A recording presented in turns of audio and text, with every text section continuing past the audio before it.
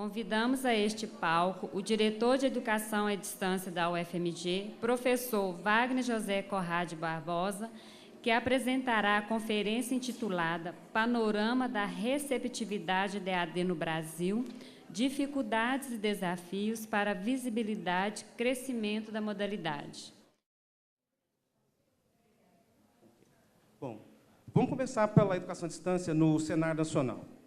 Qual que é o grande problema? Vocês podem observar nessa transparência aqui, a gente tem uma pressão pela expansão de vagas na graduação, tá? E na formação continuada, principalmente no interior do país. E, muitas vezes, as pessoas nem sabem, mas o Enem é uma prova que existe desde 1998. Se observarem ao longo desse gráfico, vocês vão ver como é que se dá o aumento e a necessidade, né, de pessoas que estão querendo ter o acesso ao ensino superior. E a gente vê que esse número hoje já está lá em 8 milhões, está um monte de gente querendo fazer. Mas, se você tem essa pressão, porque está chegando pessoas formadas, o que acontece? Não vai conseguir fazer isso de maneira presencial. Então, forçam a expansão dessa modalidade, que é a educação à distância, mesmo com todos os seus problemas. Se a gente imaginar o seguinte, tem um quadro negro, nossa sala de aula tradicional, inovação tecnológica.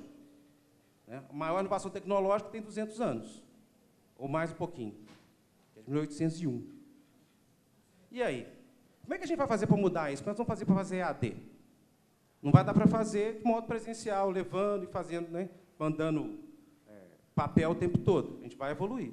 Mas como é que isso acontece? Hoje, a gente existe, né, a gente dá um nome de tecnologias, né, da informação e comunicação, a gente chama bonitinhos de TICs. Algumas pessoas gostam de chamar de novas tecnologias, mas novo é um negócio muito ruim, porque é novo para um, é velho para outro, então, esse nova não é muito bacana. Mas, na verdade, você tem desenvolvimento de ambientes, você tem metodologias, você tem conteúdos educacionais que são inovadores, e isso permite que a relação, que está sempre voltada à questão do quadro negro, passa a poder ser executada da seguinte forma. Uma instituição de ensino superior, ela pode, por meio dessas tecnologias de informação e comunicação, comunicar com o MEC, que é o órgão regulador, financiador, você pode comunicar com o aluno na sua casa, você pode comunicar com ele no polo, e assim você promove uma interação que independe da presencialidade, até um certo ponto. É claro que um curso que tem laboratório, a pessoa tem que ir lá fazer o laboratório. Então, tem uns limites que a gente pode fazer. Se você compara as matrículas no presencial EAD, depois vou colocar uns números mais novos que eu achei ontem. Aí, na madrugada, eu tentei colocar. Vamos ver se vai ficar bacana.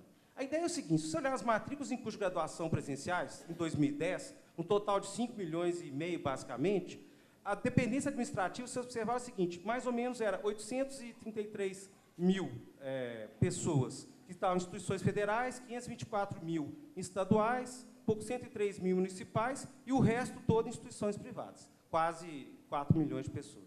Se olhar as matrículas em curso de graduação à distância em 2010, você vê uma proporção que é mais ou menos parecida. 104 mil pessoas nas federais, 76 nas estaduais, basicamente ninguém nas municipais, e você tem quase todo o restante, 750 mil pessoas, na iniciativa privada.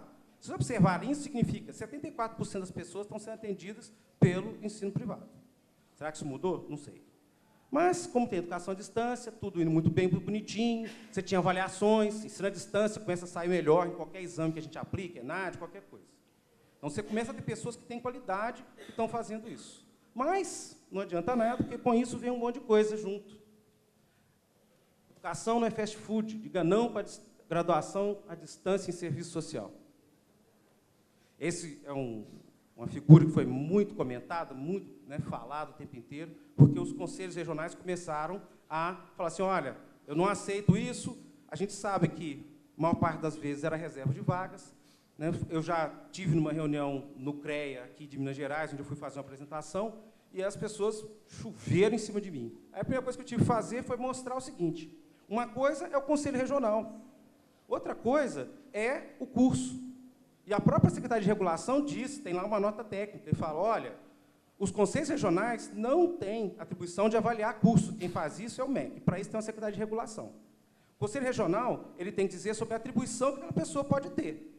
Caso simples, eles estavam lá desesperados porque tinham um curso em que as pessoas estavam recebendo um diploma, mas eles não tinham uma disciplina prática para manusear explosivo. Então, o CREA, ele estava preocupado, porque o cara tem um diploma, ele vai poder dar. Eu falei, não, isso uma coisa tem nada a ver com outra. Existe um histórico escolar do aluno. Você dá atribuição para ele, para aquele engenheiro, para aquele profissional, se ele tem a formação naquilo. Então, eles não podiam dizer que aquele cara podia manusear explosivo. Era óbvio que ele vai matar todo mundo na primeira explosão. É óbvio, não tem treinamento nenhum. Então, isso gera uma confusão, um preconceito, um elitismo danado, e, principalmente, você tem uma desarticulação total do sistema. E é isso que começa a atrapalhar a educação à distância. Em 2007, a situação crítica. Tanto que, voltando ao CREA, um dos funcionários falou assim, professor, se eu tivesse voltado aqui há 5 anos atrás, eu tinha evitado muita morte, muita pancadaria aqui no CREA. Porque quando a gente foi lá para esclarecer isso, uma coisa simples, até para eles entenderem como é que estava funcionando, porque as pessoas não são pessoas ligadas à área da educação, como é que isso funciona, então você gasta muito tempo discutindo, às vezes, energia para algo que não tem nada a ver. Isso atrapalha demais a educação à distância, atrapalhou, mas não estava só por causa disso. Se vocês observarem, olha só a estrutura de polos que tinham nessa época, em 2007. Dá para ver que tinha jardim, educação infantil e experimental aqui bem no meio. Você vê que tinha aquela EAD, os mais, né, antigos vão lembrar, né, de uma certa pessoa fazendo uma propaganda na televisão, chamando EAD, vai lá, baratinho, tal, show de bola. Aí essa própria EAD faliu, pegou o dinheiro de todo mundo, largou as pessoas no maior problema, tanto que teve uma avaliação, teve que outra universidade assumir esses alunos. Então, tinha uma precariedade danada. Você vê aqui, né, o salão de beleza, o cara já fazia e no sábado já saía dali para a balada, né? Então, a educação era à distância, mas, né, já ajudava. Bom, essa credibilidade da educação à distância, o que acontece? Você tem um descrédito dela, porque está associado, inicialmente, com um período em que ela era muito voltada para a formação das pessoas que não tinham muitas condições. Era o que a gente chama de parcela menos favorecida da população. Você tem o Instituto Universal Brasileiro, em 1940, a questão do rádio para os adultos, em 1960, a Federação Nacional dos Bispos do Brasil. Então, era visto como algo que o sujeito não tem jeito, faz a distância. Só que muita gente esquece do negócio. Eu, meu irmão, nós aprendemos a consertar rádio. Meu pai aprendeu a consertar rádio e televisão, recebendo aqueles caderninhos. A gente ficava doido para chegar ao próximo, que você queria montar o kit, você queria testar, pôr a lâmpada. Coisa que eu fazia naquela época, hoje eu pego, dou uma lâmpada, uma pilha para os meus alunos, eles quase suicidam com a lâmpada e a pilha e não conseguem acender. Aqui, quem é professor de física aqui sabe. Dá uma pilha, um fiozinho, e dá a lâmpada para o papai, vai ficar doido. Mas a gente aprendia aquilo, então você tem uma formação que é efetiva, mas isso era visto como uma coisa de segunda classe. Aí acontecia que você tinha motivos, tá, flagrantes de falsidade ideológica, você tinha um monte de truque para maximizar os lucros das instituições, corrupção de alunos, é claro, tem a chance, o aluno vai comprar a prova mesmo, o funcionário vê uma chance de vender, não tem saída. E aí vem, junto com isso, uma lentidão governamental. Quer dizer, o próprio governo não foi lá fiscalizar. Isso estava meio solto, tinha, mas era muito incipiente. Tá? E você, quando começa a desrespeitar a legislação por todo tipo de entidade, você vai, na verdade, arrebentar com a credibilidade de qualquer situação. E faltava uma regulação que a gente chama específica e sistêmica. Isso, na verdade, vai reforçando ainda mais o preconceito. Você vai imaginar que aquilo é uma coisa de segunda categoria. Por que isso acontece? Vamos tentar lembrar a legislação, né? O marco regulatório da educação à distância, você vê que você tem a Constituição Federal em 88, em 96 você tem a LDB, dá para você ver, de 88 para 96. Aí, em 2001, que você vai ter a lei que regulamenta o Plano Nacional de Educação para dar as diretrizes para a expansão e os sinais. Daí você vai chegar em 2005, você vai ter um decreto que estabelece exigência de polo presencial para EAD, porque o cara faz isso tudo de maneira esotérica. Você tem o decreto 5622, que vem regulamentar a educação à distância no nível superior. Pô, mas que começou em 88, 96 tem a LDB, nós estamos falando em 2005. Óbvio que vai dar bandalha no meio do caminho, se a pessoa está livre, está solta, não vai ter jeito, faz o que quer, é isso aí. E aí você vai vendo o seguinte, tem portaria do MEC em 2007, você tem que revisar em 2010, cria o sistema EMEC, coloca os cursos, as universidades sabem que isso é um trabalho enorme, tem que criar quase que uma diretoria, você tem uma diretoria só para entrar com esses dados no sistema, a regulação é mais intensa, tá? Aí você vai atrapalhando a coisa, porque o próprio instrumento de avaliação do INEP, em 2007, que ele começou a ser adaptado para a educação à distância. Muitos de nós que aqui estamos, fomos avaliados por um critério, que seja a régua, era uma régua de presencial. A gente teve situação da pessoa chegar aqui, eu quero falar com um aluno. Não, mas ele é à distância, ele só vai no polo no sábado. Não, mas eu quero o que eu quero. Beleza, vamos tentar. Não, mas eu quero ir no polo. Show de bola. vamos mandar comprar passagem para a gente ir. Ué, como assim comprar passagem? Ué, o polo mais próximo está a 600 quilômetros, filho. Ué, assim? Não tem nada aqui na universidade? Não tem aluno na universidade da EAD? Não. A pessoa que está vindo avaliar tem um desconhecimento completo. E aí você tem um problema que vai gerar tudo isso daí. Então, o governo, o próprio MEC foi muito lento para poder assumir essa atuação. Então, isso, na verdade, gerou muito descrédito. Então, parte daquilo que você tinha ganhado como qualidade veio atrelado um problema grave, que é o problema de você não reconhecer aquilo como algo importante. O MEC, nesse jogo, entre 2008 e 2010, você ter uma ideia, foram 38 instituições que foram supervisionadas na educação à distância. Gente, isso corresponde a 81% dos alunos de graduação à distância no país. Perceba que só assinou termo de saneamento 13 instituições. Termo de saneamento é um instrumento judicial onde o cara diz que vai arrumar o que está errado. E ele vai ser fiscalizado num prazo X e tem que cumprir. Se não cumpriu, aí o pessoal corta a cabeça. Tá? Ações de saneamento concluídas foram 3. Descredenciadas pelo MEC foram 4. Isso significava 56% da oferta de vagas. Nós estamos falando de quase 500 mil de alunos. Observe esse número bonitinho aqui, 5.173 polos irregulares foram fechados. Tá? Então, a própria Universidade Aberta do Brasil, nessa coisa, encontrou também polos que não estavam adequados. A gente tem uma historinha do polo do GEC, o único aluno do polo era o GEC. Na verdade, você criou o polo, criou a estrutura, mas não colocou nenhum curso lá, e aquele polo ficou lá. E nada acontecia, e o polo estava lá. Então, todo mundo teve que cortar na carne. E aí você tem que proibir a entrada de alunos e tal. Mas isso foi bom. É bom porque é o seguinte, olha só que maravilha os polos que estão aprovados. Repara as cadeiras que a pessoa pode sentar, ar-condicionado, biblioteca, computador organizado, a biblioteca tem lugar para o cara sentar, estudar quando ele precisa, ir lá presencialmente. Então, você tem agora, você mesmo corta na sua carne para você conseguir mexer na qualidade. Não é muito simples, mas você consegue. E é isso que a educação à distância, ela começa, a partir desse momento, a ter um avanço e um crescimento muito grande. Isso tem um impacto enorme na maneira que você consegue chegar com a informação. Em 2007, né, nesse meio do caminho, a gente tem uma coisa que é a Universidade Aberta do Brasil, que é criada, e ela permite a educação à distância das IES públicas. Por que ela permite? Porque ela traz uma quantidade de fomento, dinheiro mesmo, você poder estimular os professores, você pagar tutores, você poder desenvolver material didático, você poder ir aos polos para fazer encontros presenciais, algo que não existia. Mesmo com todas as ações que você já podia ter nas universidades de educação à distância, para você de verdade fazer algo que é macro, que realmente vai ter impacto, você precisa de ter o dinheiro.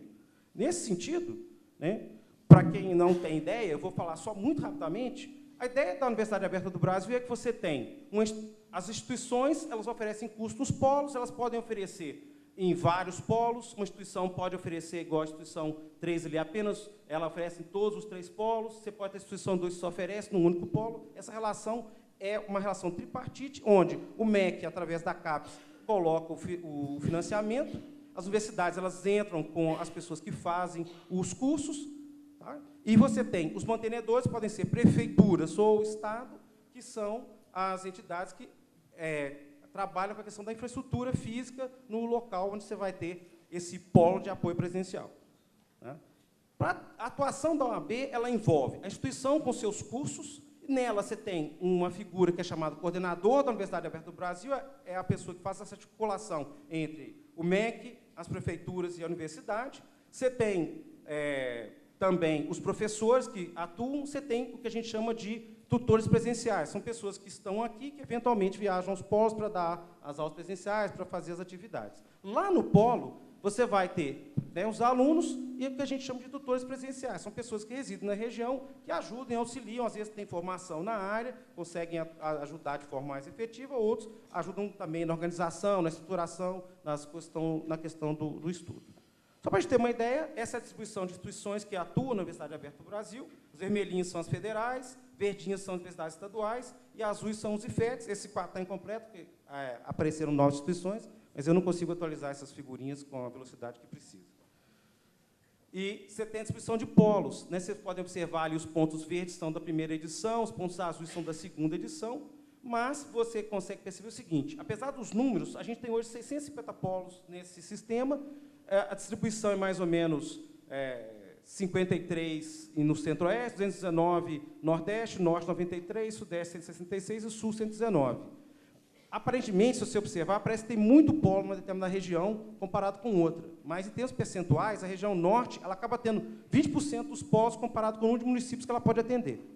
Tá? Então, na verdade, não está desprivilegiado pelo número ser menor, porque ele tem menos municípios a serem atendidos. E a gente pode observar algo interessante, que é a evolução dos alunos matriculados na educação à distância. Vocês vão ver, essa curva que está em azul, mais em cima, é a licenciatura, essa curva que está, a segunda roxinha, é dos cursos de especialização, e aí a terceira ali são bacharelado e a parte tecnólogos, que tem um número bem menor. Vocês vão observar que você salta de um número aí bem baixinho para chegar em 160 mil pessoas lá em 2013.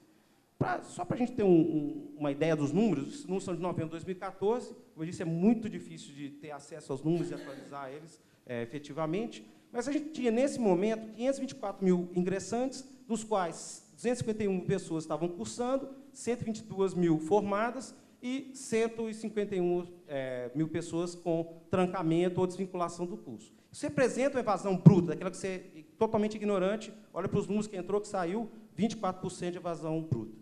Se vocês observarem os valores, naquele momento era 16 bi de custeio, 1,4 em bolsas, num total de 3,6 bilhões de reais investidos para fazer educação à distância.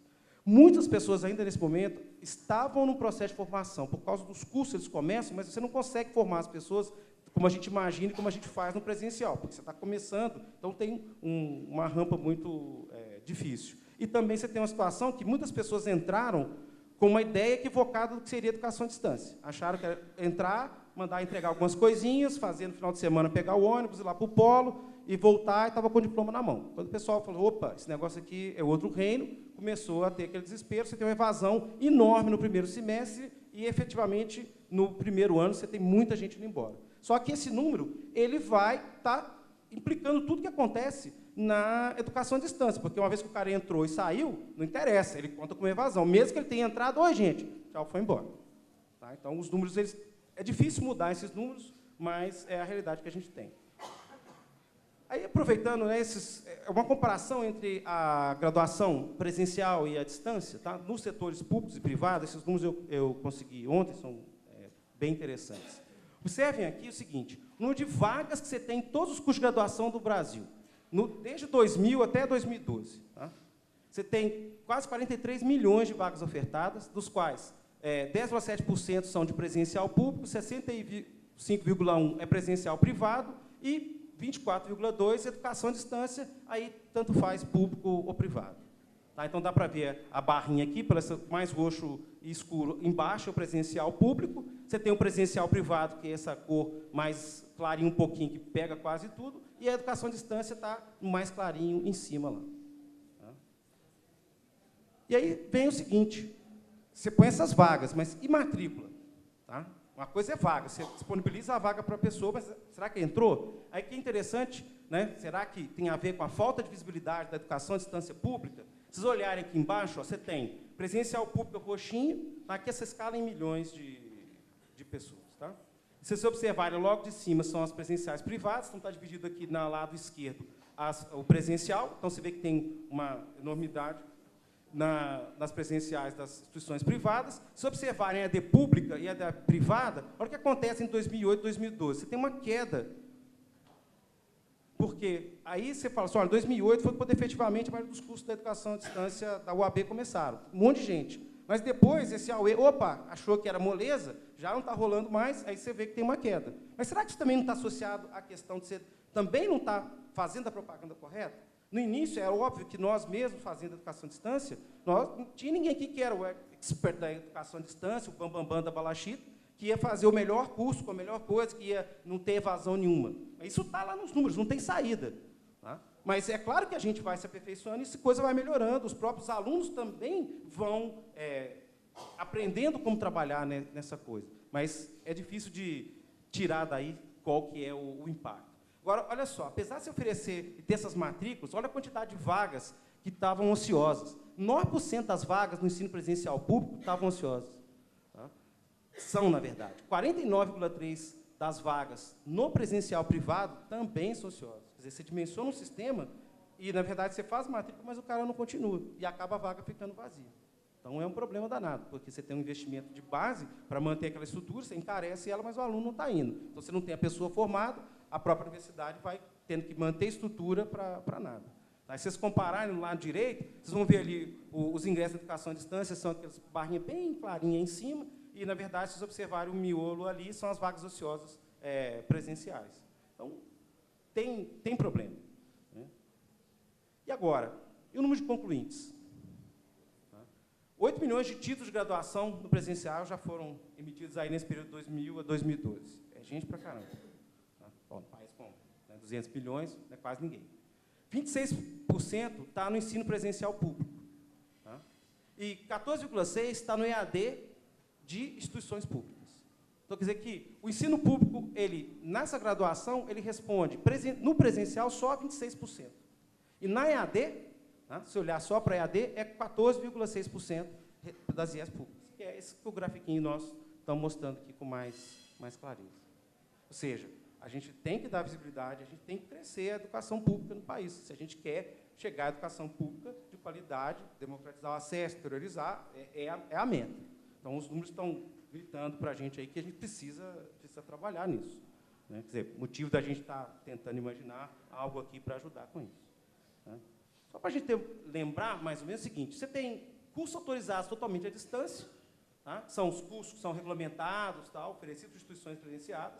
Você tem cursos regulamentados, que a gente chama de sempre presenciais, a esses se diz que até 20% da carga horária pode ser oferecido ou realizado à distância.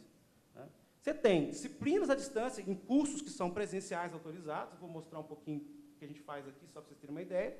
Você tem cursos livres, que não tem que ter autorização de nenhum órgão normativo, tá? E serve a qualquer público. Você tem educação corporativa, que é uma situação em que aquela corporação ela precisa capacitar os seus funcionários e ela vai fazer investimento. Só para a gente dar uma ideia no recorte dos números, aqui agora tendo em mente essa classificação que está a divisão, tá? Esse é do censo de 2013, esse é 2014 só agora, né? Está começando tá sendo preenchido. Você vê que a gente tem quase 700 mil pessoas nesses cursos autorizados, né, credenciados totalmente à distância. Você tem os semipresenciais, 190 mil, quer dizer, desse número todo aí, totalmente à distância, 17%, os semipresenciais, 5%. Você tem disciplinas em EAD, percentualmente, né, você tem 272 mil disciplinas que estão sendo feitas à distância, isso é da ordem de 6,5% do todo. Você tem cursos livres corporativos e não corporativos. Aí os números explodem. Vocês vão ver ali que você tem matrículas nos cursos que são quase 1.700.000 num, 1.300.000 no outro. Ou seja, o grosso da educação à distância está nos cursos livres, tá? Sejam corporativos ou não corporativos. Ou seja, é mais fácil de fazer, os cursos são curtos, é diferente do curso de graduação, que você tem 4 anos, aí a pessoa ainda arrasta mais um tempo, porque você tem um tempo de realização curricular que é maior, né? E aí você tem, então, no total, esse censo de 2013 estava indicando a ordem de 4 milhões de matrículas na educação à distância. Se você olha os dados globais meio de 2012, 2013, só para a gente ter uma ideia, o total que está colocado aqui embaixo, se você pensar em IES credenciadas, tá? 1.100.000 matrículas, desses 122 mil concluintes, disciplinas, tá? Em instituições credenciadas, não é qualquer coisa. Tá? São 336 mil matrículas e concluintes só 49 mil. E agora, olha os cursos livres, né? São empresas, Itaú, Vale, Petrobras, todo o Sistema S, 4 milhões e 300 mil pessoas, concluintes 1,5 milhão. Tá bom.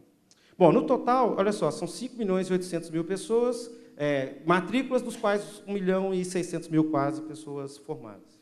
Tá? Bom, como é que a gente pode ver isso, educação à distância no FMG? Nesse mesmo bolo, isso eu estou colocando no FMG, mas isso é o que acontece na maioria das instituições, é só porque eu não tenho toda a história de todas as instituições. Tá? Observa para você ver, na década de 70 e 80, se você pensar no histórico, as primeiras atividades começaram num algo chamado CECIMIG, e eram chamadas atividades matemáticas que educam. Você já tinha primeiras ações. Mas observa que você vai até a década de 80, você começa a aparecer o ProInfo, que é um programa para você ter especialização na informática na educação, ou seja, começa a ter a tecnologia já afetando. Em 96, como diz a professora Isabel, que aí nós vamos ter aqui a Cátedra da Unesco Educação à Distância, né, com a Isabel, que é a outra professora, que é a Juliane Correia, atualmente é diretora da Faculdade de Educação. Olha para você ver, em 98 que a FMG vai criar uma assessoria de educação à distância. O que era assessoria de educação à distância? Isso era um computadorzinho com uma mesinha no cantinho lá na reitoria. Ninguém nem sabia que existia esse treco. Aí, em 98, que o Conselho de Ensino, Pesquisa e Extensão que vai falar o seguinte, olha, as atividades à distância têm o mesmo status da educação presencial. Tá? Então, você pode fazer atividade à distância que vai ser reconhecido, o aluno vai ter o crédito valendo. Aí você tem, mais ou menos em 2002, o que a gente chama de Projeto Veredas, que foi o primeiro grande exercício de educação à distância que foi feito aqui na universidade, parceria com a rede pública em Minas Gerais. A UFMG capacitou 560 professores em exercício. No total, envolvendo 18 instituições no Estado, conseguimos formar 14 mil pessoas, tá, até 2005. Agora, para você ver, em 2003 é que você vai criar o CAED. Quer dizer, tem que estar começando em 75, você vai ter um centro de apoio à educação à distância, vai aparecer em 2003.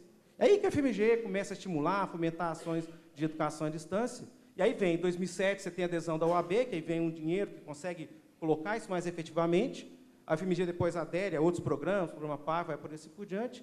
E aí, em 2011, a própria Pró-Reitoria de Graduação, ela toma a decisão de fazer um investimento maior para a gente ter mais ações de educação à distância.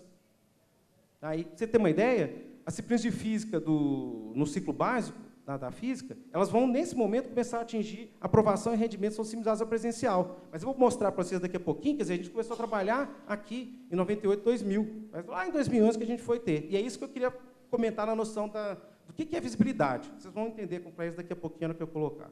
Tá?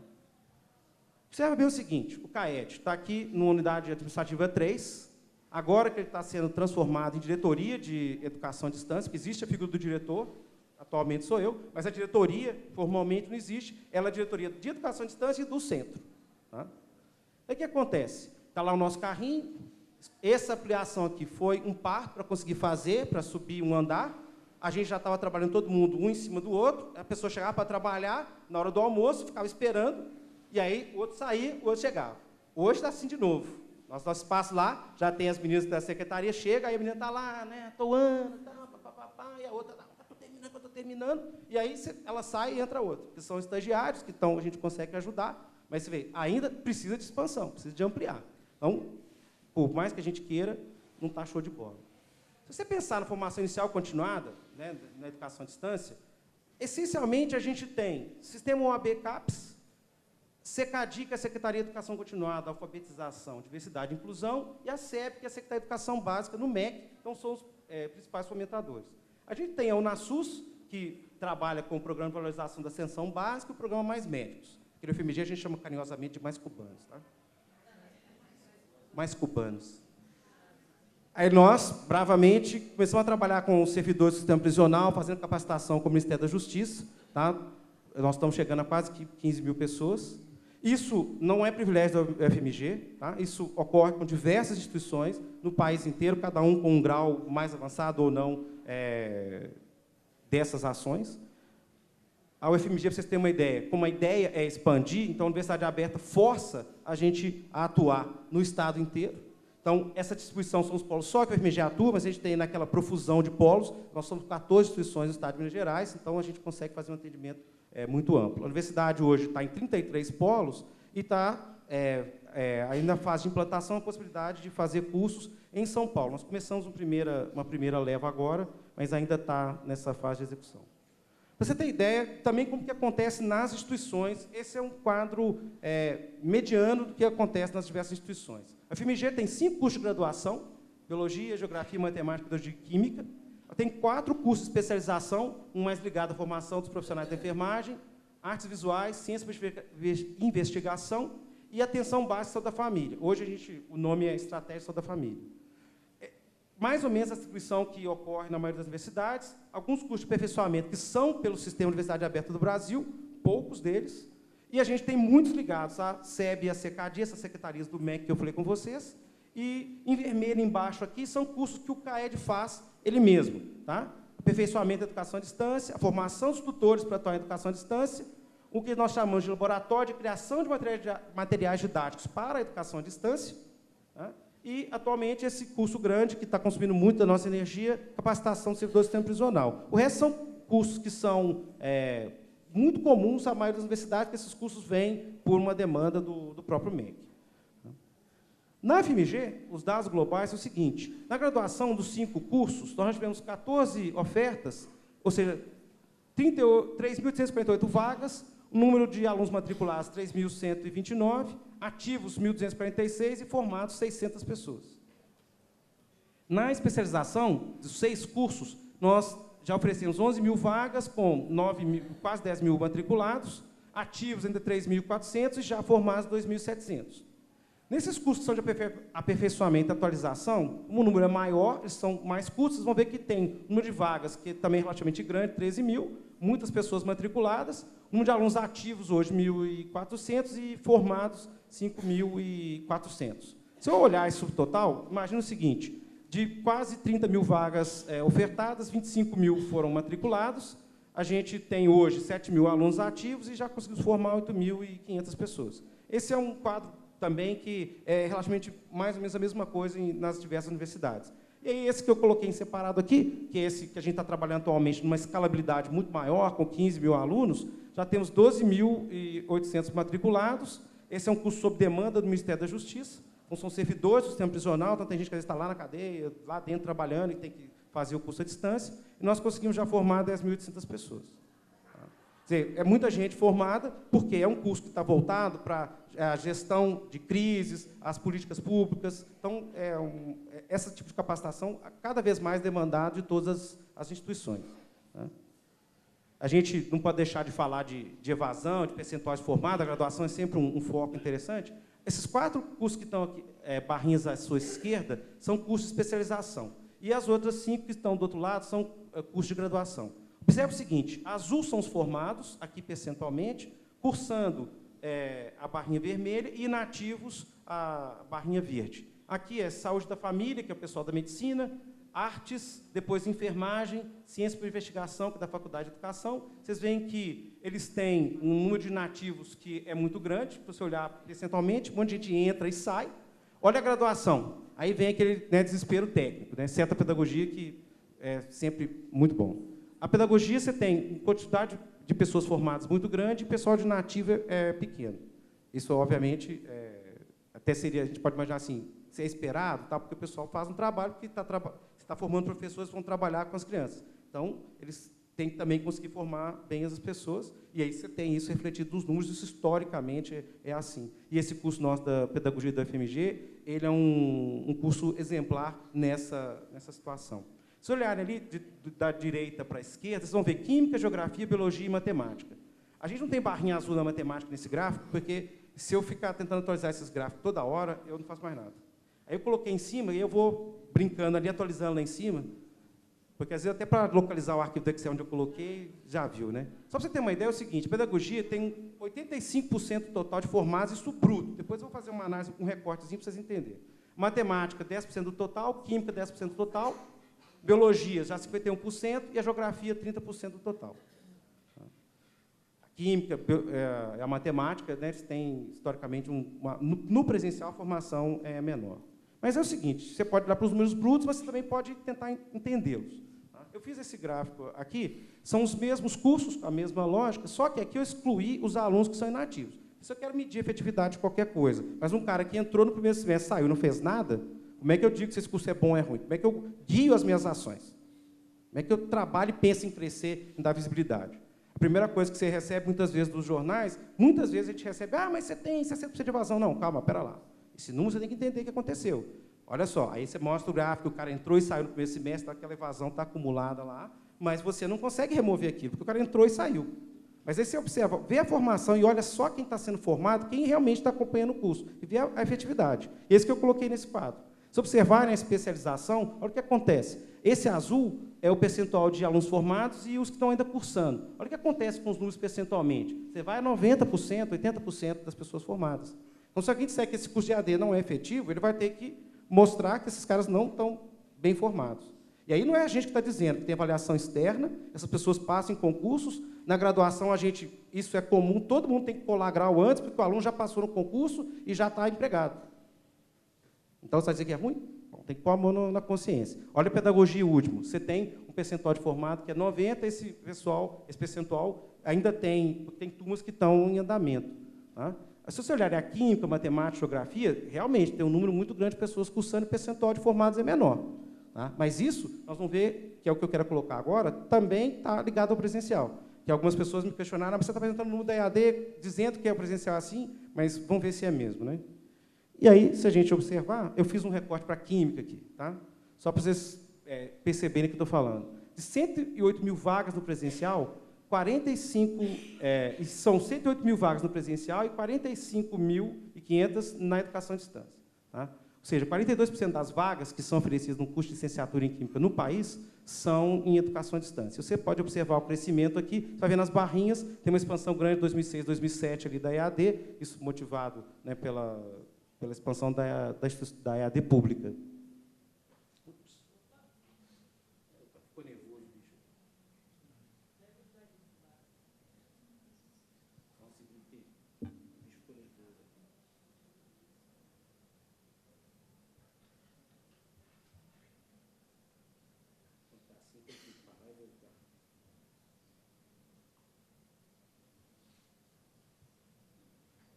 A sequência, enquanto ele carrega aqui, eu vou comentando um pouquinho.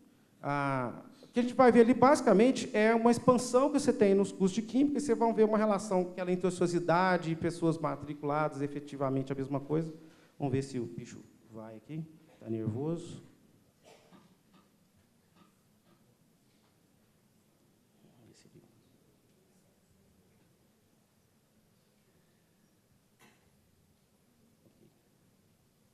Um aqui para não correr risco do bicho virar.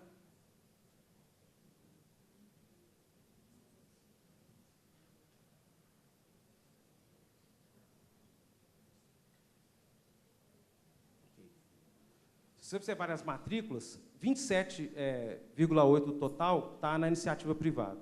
Tá? Você tem presencial público, que é a barrinha vermelha embaixo, o presencial privado está menor em cima. A gente imagina por que isso, né? Porque a iniciativa privada não vai investir na formação de pessoal de química, porque os custos dos laboratórios são proibitivos. Então, está mais aí uma coisa para a gente pensar e discutir por que a gente precisa ter educação à distância pública de qualidade. Senão, você não vai formar professor de educação básica, né, das grandes áreas. Se olhar ali o EAD público e o EAD privado, você vai ver a mesma relação. Observa aqui a questão das vagas ociosas. Você vê que 43% das vagas no presencial são ociosas e 69,7% das vagas na EAD são ociosas. A pergunta é, tem estímulo para alguém virar professor de Química? Tem alguém aqui que se imagina virar professor de Física, de Química, de Matemática, assim, pensando friamente? Alguém levanta a mão e fala, não, eu quero. Só, pode vir, o único. Eu que sou da Física, o que mais? Mas ninguém, né? Aqui tem um da Física, aqui, que se me contrariar, eu demito. Né? Tem um ali que é da família, não posso, né, dispensar também, que vai andar comigo, para não ficar feio aqui na frente de todo mundo, mas acabou. É isso daí. Não tem outra conversa, não. Hein? Olha para você ver. Concluintes em Química. 14.300 licenciados em Química. 59,7% são no ensino presencial privado. Tá? 1.100 são licenciados na modalidade EAD. Significa que 30% total de formados na EAD pública. Ou seja, se não tiver investimento aí, não vai formar ninguém. É simples. A gente tem exemplos claros aqui. Na norte de Minas tem uma cidade que chama Araçuaí. Lá tinha 0 professores de Química. A FMG conseguiu formar 4 professores lá. Então, a gente pode fazer a conta. 4 dividido por 0 é infinito. É? A gente saiu do nada para 4. Mas o seguinte, significa que o acesso dessas pessoas à formação de Química é impressionante. Por quê? Lá agora tem Instituto de Química com técnico, tem gente que já faz o estágio de técnico em Química no polo. Tá? Você tem gente que está fazendo em Montes Claros, você vai fazer estágio lá. Então, você começa a ter você começa a surgir a ação. Então, por isso que a gente está aqui para, vamos discutir como crescer, como dar visibilidade, porque isso é importante. Os números estão mostrando para a gente que a gente está no caminho certo. Tá? Vocês olharem evasão, todo mundo, evasão, evasão. Essa evasão bruta nos cursos de graduação em Química. Observe que nós estamos falando de 20%, tem um que diverge, porque depende do método com que a pessoa calcula. Tá? Esse reúne aqui, eles fazem uma inversão olhando o CPF da pessoa, então, às vezes, nome você confunde, tem umas complicações lá. Mas você vê que tem uma taxa de evasão, que às vezes diminui, mas é relativamente alta.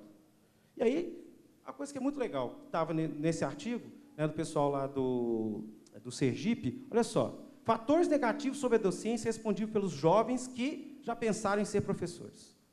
Maravilha. Baixa remuneração. Vamos lá, adivinho. Precisa fazer estatística para isso? Não, né? 40%. Falta de identificação pessoal, 19%. Tudo bem. Desvalorização social, 19%. Desinteresse e desrespeito dos alunos. Hoje o professor vivencia isso, tem uma infinidade de cursos, de gente pensando como mexer nisso. Falta de identificação profissional, 13%, exigência de desenvolvimento pessoal na profissão, 15%, e condições de trabalho, 12%. Se vocês olharem, o resto todo está mais ou menos dividido, natural, mas a baixa remuneração é 40%. Ou seja, você também fala com o cara que aquilo não vale nada. Reconhecimento social. Antes, professor, todo mundo lembra, você chegava, nossa senhora, esse cara é o pau, baixava a cabeça. Hoje, professor, você gosta para o lado, nem olha. Não é assim ou eu estou errado? A gente vê todo dia aluno enfiando a mão no professor, gente. Isso é impensável há um tempo atrás. Qualquer um de nós aqui que sonhasse em falar mais alto dentro da sala já estava... Existia um respeito, né? Tem, claro, mas nós estamos falando que é isso que leva a essa identificação. Quer dizer, tem um conjunto de pessoas que acha que o desrespeito dos alunos, quer dizer, 17% para eles é crítico, né? Quer dizer, faria ele não escolher essa profissão. Quer dizer, isso é um jovem que está pensando em ser professor. Então, é uma fração significativa. Tá? Bom, não é tudo é só pedra, a gente, né, eu queria trazer um recorte na questão da visibilidade, contar a historinha para vocês aqui, de maneira bem rápida. A convergência entre modalidades de educação à distância presencial, na FMG, ou em qualquer lugar, hoje é um tema da moda. Ou seja, a gente sonha em um dia não falar mais em educação presencial e educação à distância, em educação. O que interessa é o método, cada um vai seguir um caminho, é isso que interessa, a formação está bem feita, está bem trabalhada. Bom, como é que a gente pode usar isso para entender a importância de dar visibilidade? Isso aqui, nos anos 2000, eu fui convidado a trabalhar em educação à distância porque eu tinha uma expertise na parte da computação, conseguia fazer site, programar e tal, então me convidaram. E aí, eu sou astrofísico de formação, então, assim, estou acostumado a trabalhar com coisa à distância, como vocês conhecem, né? E aí me chamaram. E aí nós gastamos um tempão, e na época a ideia era conseguir mexer na motivação dos alunos para estudar, a reprovação, que era muito alta, em algumas disciplinas chegava a 60%, 70%, e a gente queria trazer os alunos para uma ação mais efetiva, que ele assumisse mais o controle dessa formação. Tá? E aí começamos a trabalhar. No final das contas, foi o seguinte, nós construímos um portal de apoio didático, que é o seguinte, apoio didático aos modos de física básica. Tá? Aí eu tive que, meio que na unha, construir um Moodle. Né? Você tinha que ter a parte geral, o cadastro dos alunos, que não integrava com o sistema, o curso em si, vocês olharem aqui à esquerda, quais eram os tópicos, quais eram os roteiros de estudo, tinha que divulgar frequência e nota aqui no site, porque não tinha o sistema, o negócio era um inferno. Tinha que dizer até como é que funcionava, as secretárias odiavam, porque tinha uma caixinha na secretaria, que era para o pessoal entregar as listas de exercício, no começo. Aí ficavam entre sai de aluno e secretaria uma caixinha pequena. Um dia a caixinha não coube mais as coisas, as mulheres me xingaram, mas xingaram até falar, quem entra e sai dente, esse negócio de educação à distância, o cara vem aqui trazer coisa. Imagina, até essa loucura a gente tem que lidar. Tá? Avisos do tipo, olha, gente, não pode fazer a prova, ou calculadora HP, porque o que era engraçado é que o resuminho que eu tinha feito, os meus alunos estavam usando. E isso, assim, um tempão depois. Eles ficavam passando de uma calculadora para outra, qual era o resuminho. Não servia para nada, porque quem estudou dava certo, quem não estudou não servia para nada. E aí, essas coisas estavam lá. Com uma relação danada, a gente teve que desenvolver coisas do tipo, pensar experimentos para o cara fazer em casa, simples, para tentar entender o conteúdo. Ninguém queria comprar livro nessa época, nós fomos lá em todos os livros da biblioteca, dizemos que cada sessão, cada edição, onde é que estava o conteúdo, para o aluno não ter desculpa de não estudar porque não tinha o livro. Aí nós tivemos que, coisas complicadas, como a parte de laser, você simular um laser, uma interferência, aí você tinha um experimento virtual, ou a gente tentava desenvolver, ou achava na internet, alguns experimentos de verdade que existiam gravados, antigos, né? E aí, bom, isso foi um trabalhão danado. Aí tem um companheiro, está sentado aqui na frente, o Carlos Basílio, que voltou para o UFMG, daí ele viu a gente trabalhando igual um doido lá, ralando, fazendo as disciplinas, aquela coisa toda. Tinha um número relativamente pequeno de alunos, a gente convidava, os alunos queriam fazendo, e entravam na equação à distância, veio assim, ressabiados. Lá em 2004, nós conseguimos criar a primeira disciplina presencial em física e oferecer para os alunos. Tá? Obviamente, a primeira vez, vocês podem observar o seguinte: a barrinha verde é quem ficou frequente, percentualmente, vermelha é quem foi infrequente, e azul que trancaram. Mas é óbvio que aqui 2007, 2004, era horrível. Tinha mais barrinha vermelha, percentualmente, do que o resto. Aí ele falou assim, olha, nós estamos do jeito errado. A gente está aqui sentado na física, ralando igual um doido. Você já foi lá na reitoria conversar com eles e ver, conseguir fomento, gente para trabalhar? Ele falou, não. Pois é. Aí marca uma reunião da reitoria, a reitoria de graduação olhou aquilo, começou a ver os números, aí é bacaninha, porque os números já estavam ajudando a gente um pouco, né? Você vê que as barrinhas verdes já estavam subindo, o percentual de frequência estava enorme, os infrequentes estavam diminuindo, e os trancados não muda muito, esse é um número histórico de 10%. Aí a gente teve apoio institucional. Por isso que a questão da visibilidade começa dentro da nossa própria casa. Ou seja, se a gente não vai lá se expor e falar e tentar mostrar, mesmo não estando show de bola, a gente teria saído do lugar. Em 2011, a gente tem um salto crítico, vocês vão ver que começa a desaparecer o percentual de infrequentes e explode o percentual de frequência das disciplinas. A gente tinha todas as disciplinas do ciclo básico e todas elas têm um perfil parecido. Até aí, bacana, tudo bem. O cara pode estar frequente, mas ele está sendo aprovado? Se vocês observarem aqui, a barrinha azul é o percentual de aprovados e vermelha é dos reprovados. Vocês verem que, às vezes, está ótimo no começo, depois piora, tem o semestre do pânico, né, que só tem barrinha vermelha, aí você vai olhando, mas você consegue observar que em 2011, depois que a gente teve um fomento e apoio institucional, a hora que começa a acontecer com as barrinhas, a azul começa a ficar sempre destacada e a vermelha começa a desaparecer. Isso se repete nas diversas disciplinas. Significa que a gente conseguiu aprender, tem um método, tem uma técnica, tudo isso está sendo consolidado. Ou seja, é um pouco como diz o Rodrigo, você tem uma maturação na coisa, quer dizer, isso não é, como eu sempre gosto de dizer, não é exclusividade da FMG, as diversas instituições têm as coisas mais ou menos no mesmo caminho. Se vocês olharem, a gente tem uma convergência educação presencial e educação à distância. Aqui eu só elenquei as disciplinas, mas o que nos interessa são os números aqui na tabela. O percentual de frequência do presencial é 85%, 93%. Muitas desses números aqui o professor, de verdade, não faz a frequência, né? Então, tem que levar em conta. E o percentual de aprovados, vocês vão ver que varia entre 70% a quase 90%, alguns muito bons, 96%. Tá? O ensino presencial funciona, a gente já sabe, ninguém está duvidando que a FMG é boa de civis, vai fazer tal, normal. Agora, beleza, olha a EAD, vamos pegar os números de 2011. Olha o percentual de frequentes, aí coloquei 3 números ali, só para vocês terem uma ideia. O percentual de frequência, vocês veem que ele flutua um pouquinho, tem alguns que não são grandes coisas, mas você vê que ele começa a ficar parecido com o do presencial. Mas isso é frequência mesmo, de verdade. O aluno tem que fazer as tarefas online, tá? Ele tem que fazer um monte de coisa que você mede ele pelas tarefas que você exige que ele faça. E aí você olha o percentual de aprovados, e algumas disciplinas ainda têm dificuldade, do primeiro semestre, que é mecânica, você vê que está ali, pouco está abaixo, em torno de 56%, mas você vê uma coisa mais interessante do mundo. Essa disciplina aqui, ó, Fundamentos do Eletromagnetismo. Esse aqui é o chamado cão chupando manga da física. Todo mundo morre de medo. Qualquer um. Você fala física, espeta o dedo na tomada, todo mundo já fica assim, então, o eletromagnetismo é terrível. Observe o que acontece com os números do percentual de aprovados no EAD e do percentual de aprovados no presencial. 65 contra 88, ali, 85%, basicamente. Ou seja, EAD ele está tendo mais aprovação do que o presencial.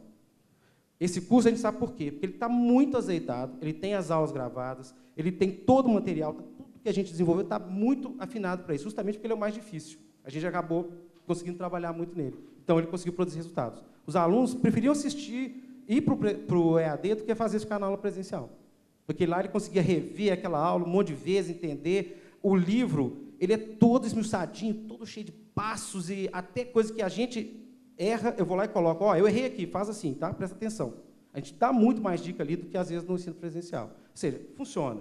Mas não adianta nada se a gente está na nossa casa, escondido, ninguém sabe o que a gente está fazendo. Tá? Então, é fundamental essa visibilidade.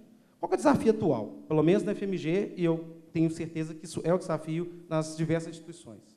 Que é conseguir com que a gente tenha disciplinas e cursos utilizando os 20% da carga presencial que é permitido pela legislação. Se o CNE mudar, passar para 50%, ou que número que vier, a gente quer que isso use.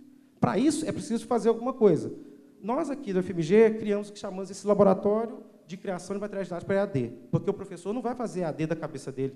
Ah, eu quero fazer EAD. Beleza. Que professor que tem tempo de resolver agora, vou estudar EAD, ficar muito bom de EAD, entender tudo, depois vou montar a disciplina. Ninguém quer fazer isso. Não vai acontecer. A gente fez um curto-circuito. O professor Elcídio Pimenta, né, que é o coordenador da UAB, a ideia dele, nós fizemos o seguinte: o professor quer colocar uma disciplina no formato EAD. Então, nós ajudamos nesse laboratório, contamos um pouquinho do que precisa, o que tem de EAD, mas com foco da disciplina dele. Ele passa 4 meses trabalhando a primeira unidade, construindo a estrutura toda, vendo o plano de ensino completo, tudo que ele quer fazer, pensando quantos vídeos, o que ele vai fazer. E aí ele prepara a primeira unidade com um apoio individualizado, é quase como se fosse pegar na mão da pessoa. Depois dos próximos 6 meses, o que a gente faz? Esse professor fica mais na dele, vai fazendo, vai demandando, às vezes, quando ele tem dificuldade, e a gente vai trabalhando tudo para que, no final, a disciplina esteja colocada no ambiente virtual de aprendizagem, que no FMG é o Moodle, tá? Aí ele está com o livro já diagramado, editado, a gente está tentando fazer com a editora que seja feito só na forma de e-book, para você evitar o custo da impressão, e essa é a ideia desse laboratório.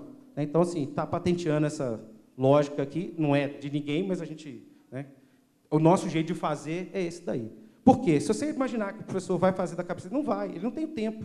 E a dedicação que você pede da pessoa é pequena durante a semana.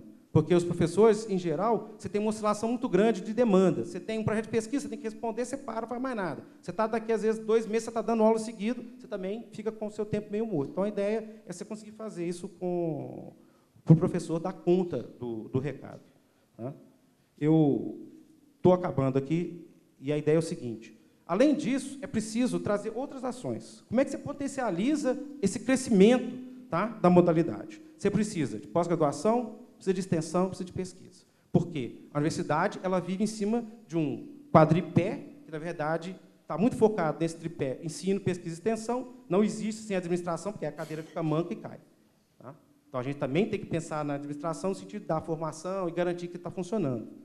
E aí, como é que a gente faz isso? Tá? Na pós-graduação, é mais simples, né? Você tem os cursos de especialização, você tem o interesse das pessoas, muita coisa é formação profissional. Tá? Você tem, por exemplo, essa atenção básica da família. Né? Você trabalha com o programa de valorização do profissional da atenção básica. Então, você tem médico, um monte de gente que você está capacitando para atuar na atenção básica. Por que você quer isso? Porque o médico está num determinado lugar, daí a 6 meses ele move e vai para outro. Mas se você faz a formação à distância, esse cara consegue fazer sua formação e evita que as pessoas fiquem doentes. A ideia da atenção básica é isso. A pessoa não fica doente, ela custa menos para o sistema. Tá? Só que o mestrado profissional, que é essa que a gente chama de pós-graduação estricto sensu, no EAD, é o que está mais bombando no momento, porque muitas pessoas têm a formação de especialização. E para o salário dele, não muda muito se ele tem 5, 10, 150 especializações. Mas um mestrado, esse sim faz uma diferença enorme no salário. Então, tem uma procura muito alta. E isso em diversas áreas. Tá? Então, tem uma profusão enorme: gestão pública, administração, arte, história, física, e assim vai. Tá? Em resumo, extensão e pesquisa. Como é que você proporciona ao aluno da EAD condições de vivenciar o ambiente universitário na sua plenitude? Porque o aluno da EAD está no polo, ele não está aqui, ele não tem acesso a uma palestra de física interessante, uma palestra de um filósofo que veio aqui fazer um trabalho com alguém. Como é que você faz isso? Então, um desafio nosso, que está nessa questão de crescimento, é que o aluno da educação à distância ele tem que ser um aluno formado no ambiente universitário de forma o mais completa possível. É claro que o aluno presencial tem uma formação necessariamente mais rica por estar mais acessível a ele essas coisas. Mas o aluno da educação à distância tem que tentar proporcionar para ele isso. Se a universidade não pensa como fazer isso, se a gente não conseguir, né, antenar como fazer isso, não vai funcionar. Ele vai ter uma formação que necessariamente é pior. Isso é inadmissível para nós que somos educadores e estamos pensando em formar um país. Né? Dentro dessa ideia, a UFMG teve uma ideia, né? O professor André Favacho, que trabalhava conosco, ele é da Faculdade de Educação, tá? Ele teve a ideia de criar esse programa que chama Aproxime-se, junto com o professor Fernando Fidalgo. Tá? Eu contribuí bem pouquinho no início. A ideia dele, sentou e, em uma semana, ele idealizou esse programa, montou tudo. Qual que é a ideia desse programa? Proporcionar atividades educativas que façam do polo, né, no caso aqui em Minas Gerais, esse locus ativo de encontro, de formação de profissionais, para a gente divulgar saber, ciência, tecnologia. Então, se o polo conseguir fazer isso, a gente está levando e proporcionando o ambiente universitário. Se você aproxima a comunidade, no caso aqui dos municípios, né, de Minas Gerais, onde os polos de educação à distância da UFMG estão localizados, você vai levar isso como? aproximar do conhecimento acadêmico, das possibilidades de construção do saber, através de todo o acesso aos trabalhos, sites científicos, às ações culturais. E a gente, então, faz, ao longo do ano, em cada polo, um conjunto de atividades. Você faz oficinas, né? Está aqui a Jussara, que acabou de voltar de um município que chama Campos Gerais, fazendo uma ação, junto com o Márcio e outras pessoas que vão lá. Aí você tem, por exemplo, às vezes eu vou lá dar uma palestra de astrofísica, alguém vai falar de outra coisa, você tem uma ação com parte de cinema, e junto você tem alunos que são bolsistas de extensão. O que esses alunos fazem é, de verdade, eles tentam identificar algum tema que é de interesse naquela cidade, violência, meio ambiente, alguma coisa, você trabalha com ele isso, e assim ele vai entendendo como que ele deve fazer, como deve se comportar. No fundo, é você criar um espaço para essa discussão. No ano passado, como eu comentei, foi o primeiro colóquio de extensão universitária de educação à distância. Então, as contribuições que a gente viu, que elas estavam muito espalhadas. Tinha gente que faz muita extensão, mas ela não está contabilizada, não está no sistema, não está aparecendo, não tem visibilidade. Tá? E são ações importantíssimas que são feitas de educação à distância na parte da extensão.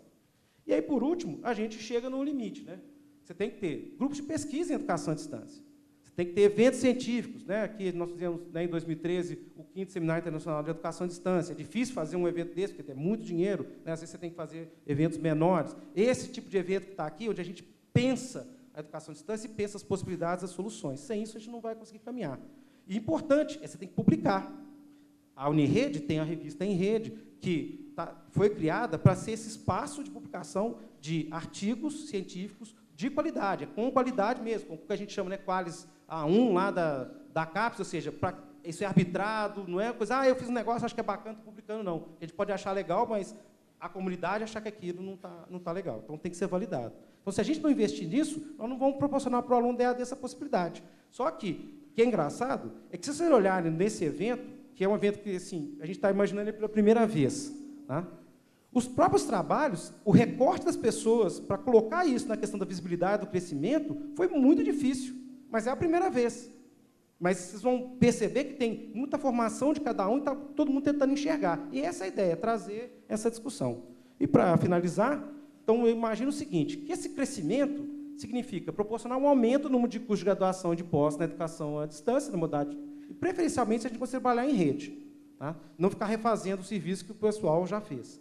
A visibilidade, eu digo que assim, é a razão de estarmos aqui no Promove EAD. Vamos ver se a gente consegue identificar e criar alguma coisa. Qual que é o nosso objetivo final? É um nobre. É utilizar a educação à distância, no fundo, como indutora de transformação social. É isso aí. Obrigado, desculpa o tempo longo.